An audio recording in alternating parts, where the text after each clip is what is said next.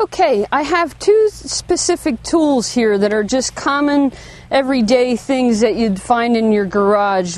One is a tree saw here, regular old wood saw that I like to use on plants that are really heavily rooted.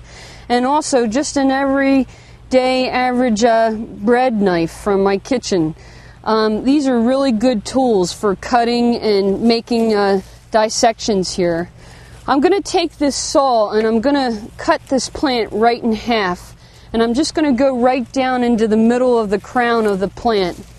It's a fairly dense plant and it's very heavily rooted. It's probably the most heavily rooted of all of the ones we've been working with today. So I'm really going to just get sawing in there. This doesn't hurt the plant at all, because we've already pre-watered it to reduce shock.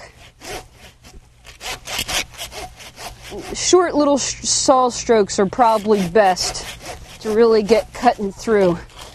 I might even have to get a little, put my foot on it like I'm chopping a tree.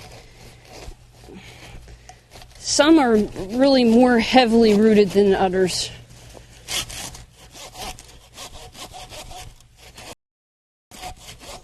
Be very careful to keep your hands free of the saw blade.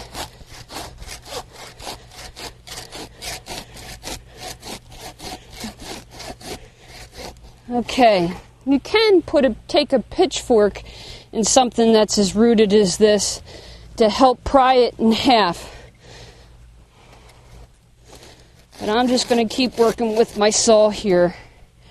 And there you go. The grass has been cut in half. I'm going to take my little butter knife now, my bread knife. Butter knife wouldn't cut through that.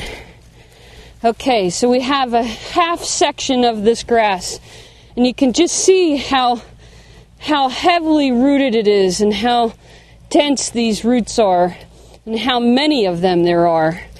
And they all look very good.